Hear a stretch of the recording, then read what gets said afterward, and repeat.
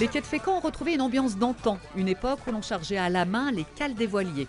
Cette fois, c'est du vin qui embarque, des crus venus d'Anjou, escortés par leurs producteurs, très écolos.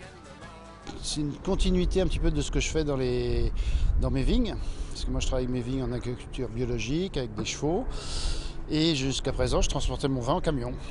Et là on se dit ça reste naturel. Avec tout un tas de gens qui ont une conscience et qui ont un savoir-faire.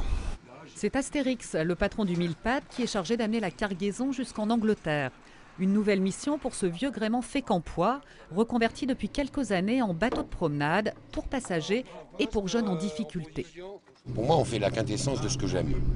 On va emmener des jeunes naviguer, donc les socialiser un peu, et en même temps, on va se rendre utile et démontrer une chose qui est connue depuis longtemps, c'est que le vent peut permettre de transporter, de faire avancer les choses sans consommer rien du tout.